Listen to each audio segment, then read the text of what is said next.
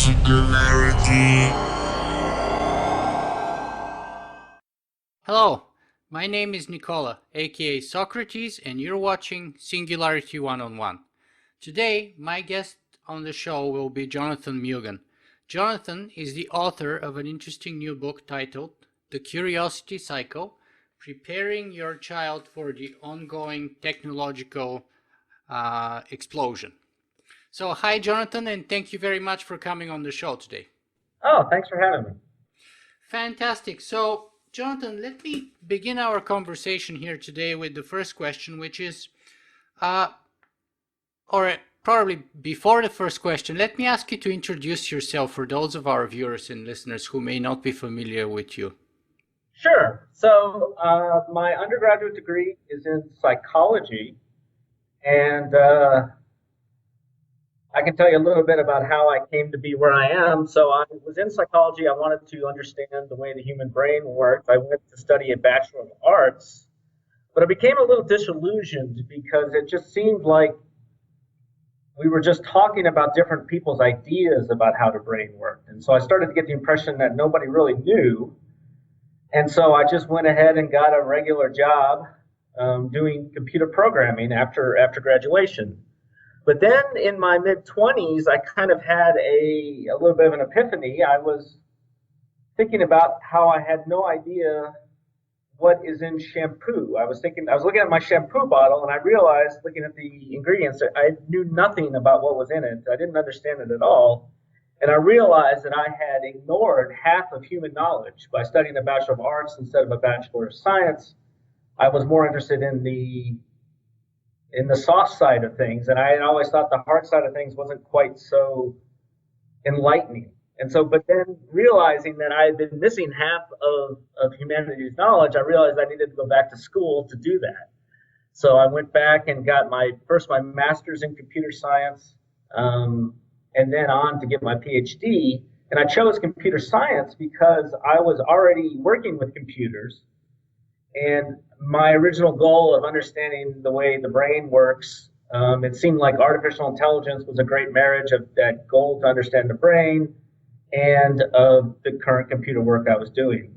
So I went and got my PhD in computer science from UT Austin. My thesis was about how can you teach robots to learn about the world in the same way that human children do, through undirected exploration. After that, I did a postdoc at Carnegie Mellon University, and my wife did not want to move out of Austin, so I came back to Austin, and I've been working at a company called 21CT, where we do research and development for the government, artificial intelligence and machine learning type stuff, and here I am. Fantastic. So you have a fascinating sort of personal journey from the soft end of things, as you put it, arts, and then into the harder end of things, or the other half of human knowledge, namely science. And then somehow you made the jump again from computer science into child education, didn't you? Although that wasn't too much of a jump. So I wanted to use computers. I wanted to use what we know about psychology or human development to build smart computers. And so since I had the psychology background, it was kind of a natural way to marry those things. Mm-hmm. Okay, so why don't you tell us a little bit more about your book, The Curiosity Cycle, which I enjoyed very much and recommended highly. So let's start with the first question here. Who is the book intended for? The book is intended for parents of young children. So parents who are interested in making their children more intellectually curious, but aren't quite sure how to go about stimulating that curiosity in their children. Mm-hmm. Then what about those of us who don't have children? Do we have something to learn from your book?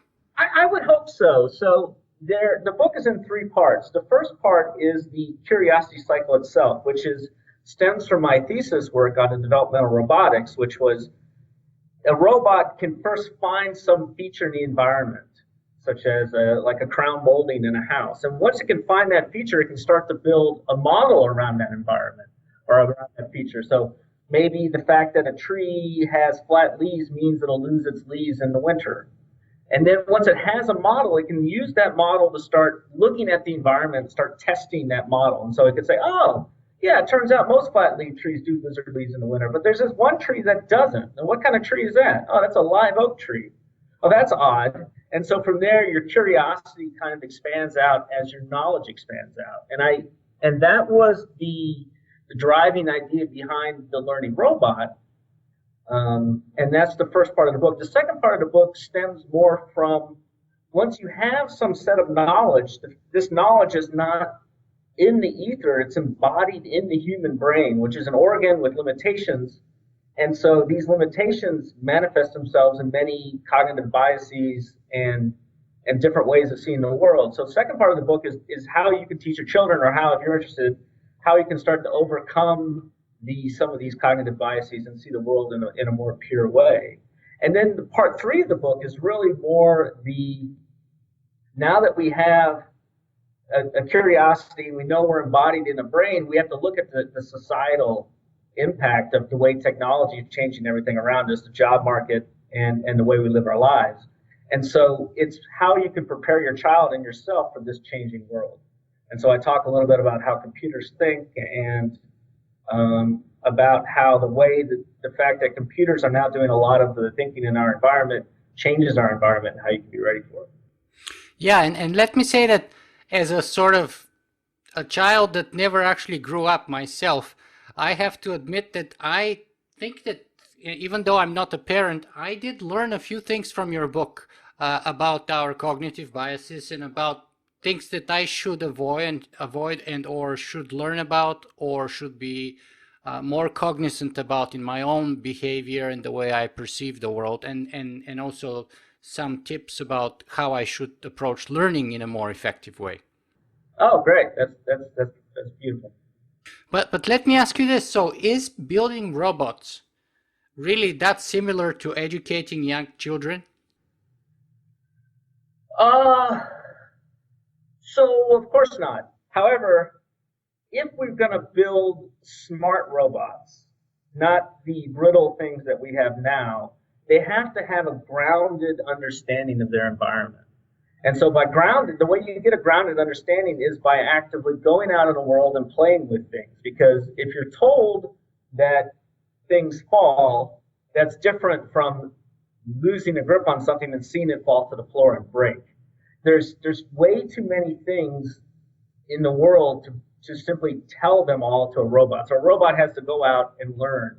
Now that learning algorithm may not be exactly the same as the human algorithm. You can take inspiration, but the active exploration and the embodiment are things they have in common. Mm-hmm. Mm-hmm. So let's focus a little bit more and get a little deeper into your book. And let's begin with your title here. So why use the word curiosity in your title? Why not, for example, something like intelligence? Yeah, so I wanted to avoid, we have this in our country and maybe in the world, this idea that we want our kids to be smarter and more successful. And because everybody's chasing, points on the SAT or the test for intelligence, and the higher your score, the better off you are, and you don't kind of approach it from that way. That's right. And what I'm looking for is there's two things. One is curiosity brings a fulfillment in life that you can't find by chasing test scores. And so I wanted to reach a little higher to the goal. And second, I want to instill an intelligence in my children, and I want to teach other people to instill intelligence in their children that is broader than test scores. We've all known a lot of people who are able to compute things and come up with an answer just like that, but often these answers are beside the point. And what I'm trying to get at is a more subtle intelligence, something that goes beneath the surface of always answering the question given. Mm-hmm. And then the other key word in the title, of course, is cycle. Why is it a cycle? Yeah, so it's a cycle because once you learn a new feature of the environment, like that trees lose their leaves in the fall, or that crown moldings exist in buildings, that allows you to go to the next step, which is to use that feature to build a model. And so leaves falling, okay, leaves fall from trees that are flat-leaved, okay, or buildings that have crown moldings are likely to be old or fancy. And so you have a model, and then that's the next step. And then after you have that model, you can start to test it. And so testing that the model that trees lose their leaves in the fall shows you exceptions.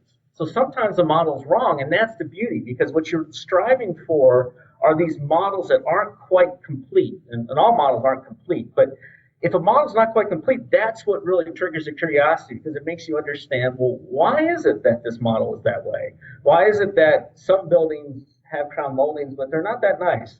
These exceptions are really trigger you to go deeper. And so once you've been triggered to go deeper, you often learn new features of the environment that you can learn to use to build even more models, and then it cycles around in the cycle that way. Mm-hmm. Yeah, and to me, it also speaks to the point that perhaps we would never reach that perfect model, which accounts for everything, but it's a sort of an ongoing process where we kind of come up with a better model, and then we discover a new weakness, and then a little better, and then a new weakness, and then a little better, and it kind of keeps going. Exactly. Mm-hmm. Interesting. So let me ask you, what's the impact that you're trying to accomplish with publishing a book like that? Well, I'm trying to reach a set of parents out there in the world who want to help their child but don't quite know how. So I've noticed that a lot of people in PhD programs and people who've gotten really far in life have parents who've gotten really far in life and have been really successful. And I think it's because those parents are able to teach beyond what is taught in the classroom. They're able to get to some subtle thing about teaching children how to think. And so my hope is that if there's a set of motivated parents out there who aren't quite sure where to begin, they don't have a PhD, or they don't have a huge background in education, they're not teachers themselves, they're not quite sure where to begin, then this book would be a great place for them. One way to look at it is I'm writing it for who my parents were 30 years ago. Because my parents they were smart people and they were educated, but they didn't quite know how to really spark my curiosity. And so it's written for people out there who are like that. Mm-hmm. And the reverse part of that coin then would be, what was the impact of writing that book on your own life, on the way that you approach teaching your own children, perhaps, or the way you perceive that relationship, or anything? Yeah, I don't know if it's had a big impact. I was thinking about the book all during my PhD thesis, and then during that time, my children were born. And so I'm always, testing out new ideas on them and using interaction with them as inspiration, because I didn't want the book to come across as clinical. I wanted the book to come across as, hey, I know the literature in developmental psychology, and I've been trying these things at home. And here's what works for me, and based on the literature and my experience, is likely to work for you.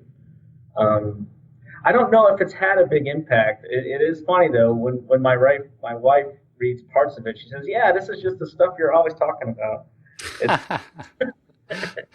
And tell us a little more about your kids. How old are they? Yeah, so my oldest is 10. He's a boy, and then I have a 7-year-old boy and a 4-year-old daughter. Fantastic. So it's a big family. Yeah, there's kids everywhere. I mean, you open up a closet, there's a couple kids in there. I mean, they're just everywhere. Maybe that's why me and my wife are kind of staying away. But what was perhaps the most surprising thing? Was there something like really surprising that you learned in that process of writing that book and being a parent, or becoming a parent at the same time? Oh. Something that you totally didn't expect. Oh, I don't know. Yeah, so before I was a parent, I didn't know what to expect, and I came to realize that you can't know. That people tell you, but it doesn't really mean anything. It's kind of like the robot. You have to learn through experience. And so I likened it to being, those huge water parks they have, and you go to the top of a slide, and you're really scared, and you've never done it before. and you don't know what to expect, so you just jump in, and then the slide takes care of everything else. That's kind of how I see parenting. And once you're on, you can't get off. No, there's no getting off, and there's really no time to think about it. You're just going down. Yeah. Yeah, I think that's a good metaphor. What tips would you like to give to our audience then for teaching their kids in the most effective manner? Yeah. So one great tip is don't. Well, I don't know how great it is, but one tip that I like is don't worry about teaching your child too much. So there's this thing, though, a concept I like to call placeholders. And so a lot of times as parents, what we'll do is we'll try to dumb everything down. No, that's not true. We should dumb things down. We should teach things in concepts that they have, but we'll often avoid whole concepts altogether because we think that kids can't understand it. And to a large degree, that's true. Something like the banking system or life on other planets or things like that. The kids can't necessarily understand the Drake equation, but they can understand the some level. They can start to have placeholders or Maxwell's equations for how light moves. They can't understand that, but they can understand that maybe light can be two things at once, a particle and a wave, and they don't quite understand why, but it plants a seed. And so once then, even if they don't understand it while you're explaining it at that time, that seed being planted gives a place to put all new information that comes in. And so one fascinating thing that I've noticed about humanity is when we don't understand something, we tend to ignore it. And even more, we don't even know we're ignoring it. So like before you learn about different types of trees, you just look out and see trees. And you just see trees, and you don't really realize that you don't know what kinds of trees they are. But then maybe you learn about trees and come back to the same place 20 years later, and you're like, those aren't just trees. That's a live oak. That's a cedar elm. The landscape looks completely different. And so the big thing about raising intellectually curious children is giving them little pieces that they can then latch on new information to as it comes in. And that's done by constantly pointing out things in the environment and also constantly, instead of teaching them the way things work, try to teach it from a problem perspective. So instead of teaching why we have banks, teach them the problem of, well, imagine that somebody wants to do something like plant crops, but they don't have the money to buy the seed. Well, what should they do? They could borrow from a friend, but maybe they can't find a friend who has that certain amount of money. And then imagine there's someone else across town. They don't know each other, and this person has extra money, doesn't want to put it in the mattress, wants it to grow in some sense. So how could they meet each other? And then you say, oh, okay. So the idea of a bank is the ability to bring these two people together.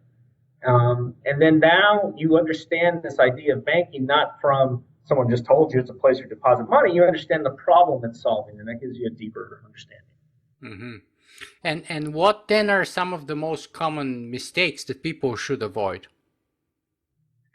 Oh, yeah. So I mentioned the one of just avoiding subjects because you think they're too complicated. Yeah, and I mentioned the just explaining how things work. You don't want to, explaining how things work is great, but you want to get underneath and explain why they work that way.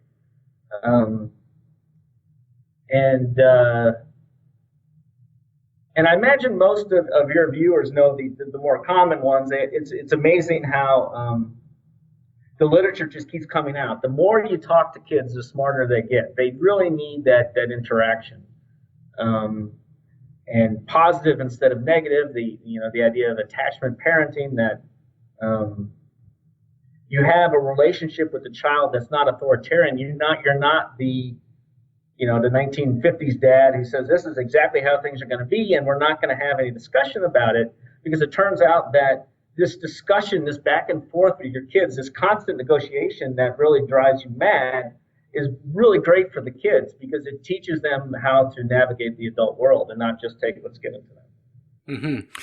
In fact, you actually go to some length to stress the fact that, the key here, as you say on page 10, Roman 10 or X, the ability to learn will be more important than intelligence itself, right? Yeah, You keep stressing that element, that it's the learning process, not per se what we traditionally refer to as intelligence. That is to say, to the ability to regurgitate facts or numbers or names or things like that.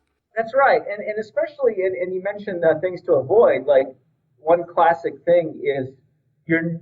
They say you shouldn't. There's some literature cited in the book that you shouldn't tell children they're smart. By continually telling the child he or she is smart, what that does is it makes the child afraid of failure. Because imagine a child is now given a tough math problem. The child sees other people solving it, and this child can say, well, I can struggle with this problem and maybe not solve it, and then that would disprove the idea that I'm smart, at least in my mind. And so I'm a smart person. The easiest thing for me to do is just not try or imply that it's not important or it doesn't matter. So what you want to instill in your child is practice, practice, practice. That you get good at things not by having an innate ability, but by really applying yourself and trying hard and failing and keeping going. And it's that perseverance that really matters, that teaches you to not give up. Yeah, I think adults can benefit from that certainly too. Yeah. Now, let me ask you this, because we still haven't really touched that much on technology. Where does technology fit within that whole picture here?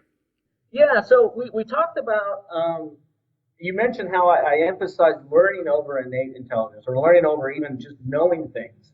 And technology is doing a few things. So one thing it's doing is it's changing our world so fast. And so it used to be a long time ago, people went to school, then they had a job.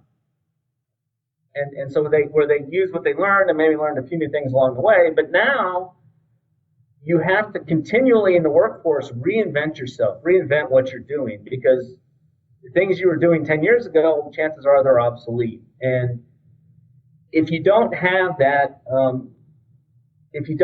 mentality that you have to constantly be learning, what'll happen is you'll get out of school and you'll be successful for 5 or 10 years, and then you'll notice you're on the decline. It's because everyone's moved on to the next thing, and this rapid change is coming from technology.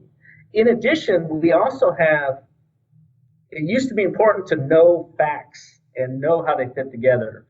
And it's now more important to know broad, comprehensive understandings of models, because the facts can all be looked up on Google. But it doesn't mean that you don't need education. You still need to know what questions to ask. And if you don't know anything about an area, you don't know what questions to ask. But the emphasis is on understanding the deep underlying principles so you can ask the right questions and continue to evolve. Yeah, not long ago I wrote an article saying something like, the future belongs to those who ask the right questions or something like that. Oh, I have to look for it, but it's been a while. But how would, let's say, for example, robotics and artificial intelligence change the importance of learning and sort of the world in which your children would grow up, and we would hopefully be still trying there to survive and prosper? How would that change everything? And what's the lesson that both our kids and us can take along with us in a world where machines will be smarter than us, probably? yeah, okay. There's a lot there. You might have to prod me. But yeah, so one thing is that the relatively rote jobs where you take your paper, you check your things, and you move it on, that kind of paper shuffling, those jobs can all be done by computer. The computers, as they get smarter, can do more and more of that. And so we are still smarter than computers in terms of creativity, social interaction, broad picture thinking. And so in order to stay ahead of the computers, it's necessary to have those abilities. And one fascinating thing that's happening is and actually my biggest fear about technology is that it's changing the labor market. So it's now, as an owner of a company, it's much easier to use technology instead of human workers. And so what that does is it puts downward pressure on wages. and gives more profit to the people who own the company and less profit or less money to the workers. And so it's going to be a little precarious, I think, in the next 100 years, how we're going to, as this continues to unfold, how we're going to do that. Because we're probably going to need some sort of stipend or something for all the people whose skills aren't strong enough or aren't relevant enough given technology. Yeah, I have to admit that's one of my big concerns here too, because I'm worried that if we reach some kind of a very substantial degree of technological unemployment, say over 60%, or I don't even know what's the proportion here, but there's a certain point after which society becomes socially explosive, and after which revolutions occur. And those revolutions or those violent events, social upheaval, etc., they can kind of destroy all the progress that we have managed to build. So it would be a very dangerous, very tricky period to navigate. And I, to tell you the truth, I myself don't know exactly how we would navigate it, or what to tell children who are growing up now. What's the best way to approach it? Yeah, and we can't. I mean, I mentioned the stipend idea, but it's going to have to be more than that because humans, we have a drive to not only survive and be able to eat, but to feel like we matter, to play. Yeah. I think of it in terms of we all have a game that we want to play, and so a lot of us now we climb the corporate ladder, or even academics, you're sending out papers, or sports on the weekend. We all want to strive to compete and be relevant. And so whatever we do as a society, it's going to have to make sure that people are more than just fed. They're going to have to feel like they're an important part and they can still fulfill their.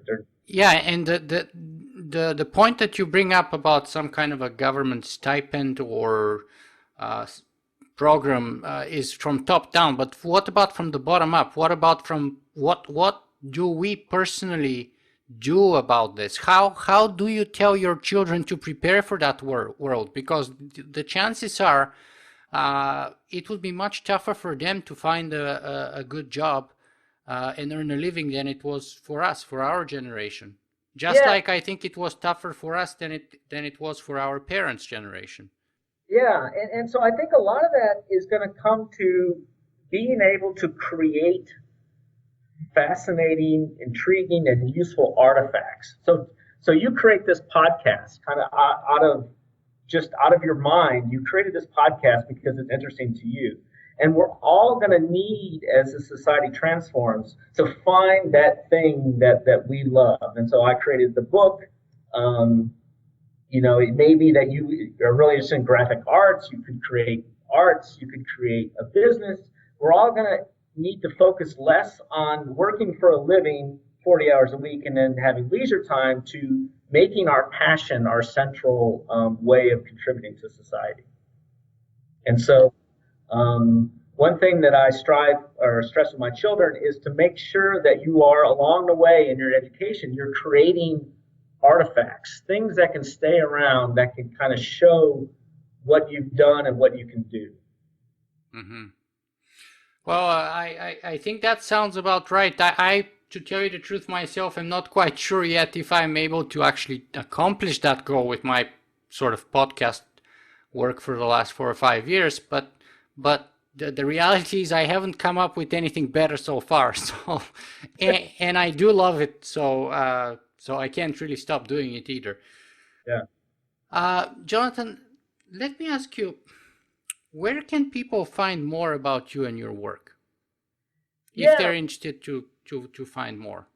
Yeah, so I have an unusual name, Jonathan Mugan, Mugan, which is lucky in the Google world because you can just type my name into Google and just about everything is about me, just because there aren't any other Jonathan Mugans that I know of. There's a John Mugan. Or you can go to jonathanmugan.com. And that's where I have my publications and links to the book. Fantastic. So we've been talking here for about half an hour or so today. And I'd like to ask you, what would you like to be the final message that our audience takes away from our conversation with you today? What's the most important thing? Yeah, I don't know if it's the central thing, but it's an interesting thing. It's that don't be afraid to put intellectual ideas on your shelf. Meaning on not on the shelf in the sense of putting them away, but on the shelf in terms of the things you keep around. Because by having some small sliver of an idea or a concept that you hear somewhere, it can then start to collect friends. It finds relationships. And instead of these things just flying over your head, for years I never saw crown moldings at all, even though they were on my retina all the time, until my wife pointed it out to me. And then suddenly I see them everywhere. And so then I am able to associate other things with them. Or there were whole areas of the human knowledge that I ignored for half my life. You know, all the science and technology. And so all these times people were talking about that, I would just kind of tune out. And so I should have instead said, okay, well, maybe I'm not fascinated by that right now, but I should pay attention and accumulate the concepts I can so that all of that stimulus that comes in to my brain is not wasted and doesn't flow out the other end. Mm-hmm. But do you not think there was also a lot of benefit from you starting in the arts and sort of having this kind of the complete circle, if you will, right? Yeah. We often, because I have lots of friends who are engineers, for example, who are never ever interested in philosophy or the arts or anything outside of engineering per se. Yeah, and so in that sense, it's a little lucky because if I'm in the sciences now, I came from an unusual place. And so that gives me, it's almost like a left-handed soccer player or left-footed soccer player. It's a little unusual, and so it can give you a little edge now and then. But yeah, we want to find our niche. We want to stay there because we're comfortable. But if you pay attention, little things will start to be helpful when you don't always think they will. Jonathan Mugan, thank you very much for being with us today. Oh, thanks for having me. I've really enjoyed talking with you.